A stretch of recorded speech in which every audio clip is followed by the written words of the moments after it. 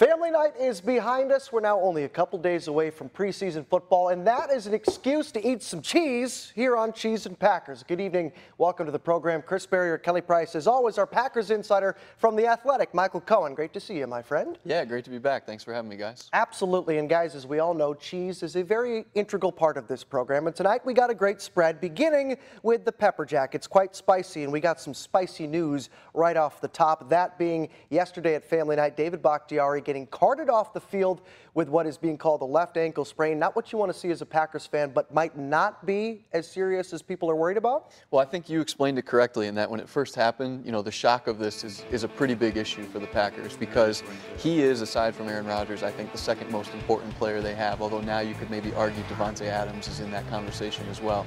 But as you indicated, there were some reports that came out earlier today suggesting it was just a sprain. The severity of that sprain won't be determined until some more tests are done, an MRI, things like that. So the Packers are hoping and they're thinking that it's not that bad, but time will tell how quickly he can get back out onto the field. And after last year, the way that it was just a merry-go-round with that offensive line, you can't afford to have guys go down this early. Yeah, absolutely. I mean, Rodgers talked about it earlier this week when he said we had Kyle Murphy starting games, we had Justin McCray starting games, we had Jason Spriggs starting games. So you're talking about shuffling parts not only just week to week, but within the same game. They were having to move guys around and all kinds of things like that. So the more continuity they can have if Bakhtiari comes back sooner, just the better they will be once the regular season gets rolling. And family night, on the other hand, is one of those nights that a lot of the young players kind of get used to the Lambeau Lights, getting used to in front of that type of NFL crowd. Montravius Adams is one of those guys who's a little bit younger, didn't have as much experience last year. He's in his second year, but was hampered a little bit by a foot injury. But he's impressed in camp early on. He had a great family night. What did you see from him yesterday? Yeah, absolutely. I mean, this is a guy that when they drafted him in the third round out of Auburn, they thought he was going to bring some pass rush from the inside, which is something that they haven't necessarily had going back the last 6, 7, 8 years. And what he's shown so far is an ability to get into the backfield on a consistent basis. If he can do that consistently behind the likes of Mike Daniels, Kenny Clark, and Muhammad Wilkerson, that's just more depth that the Packers probably weren't expecting, and it'd be a huge boost for their defense. A healthy surprise. Cheese number 2 on the platter here, a goat Gouda. And guys, if we're talking about GOAT, you know who I'm going to bring up.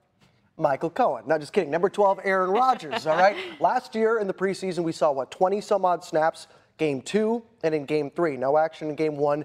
What are we going to see from number 12 in this preseason? I'm pretty sure it's going to be fairly similar. You know, this is a guy that at this point in his career doesn't need the reps and doesn't need to be risking himself in an actual game setting. As you mentioned, he didn't play Game 1 or Game 4 during last year's training camp, and he combined for 26 snaps in the 2 games that he did play. So this week when they open their exhibition season, I expect him not to play at all. Maybe a touch more than last season just because there are some new concepts with new offensive coordinator Joe Philbin, but don't expect Rodgers to get heavy playing time by any means. What else do you need to see or want to see from this Packers team in the first preseason game Thursday? Well, the big thing for me, I'm looking forward to seeing J.K. Scott punt the football. This is a guy that they used a draft pick on, a position that you wouldn't ordinarily expect them to use a draft pick on. He's really kicked the ball well so far in training camp, but it's a different animal when the rush can actually come at you and dive rather than come at you and then run to the side because they don't want to hurt you. So I'm interested to see, A, the operation standpoint from long snapper to punter, is it smooth? And B, can the distance and hang time that he's shown so far carry over to an actual game setting when everything is going a million miles an hour?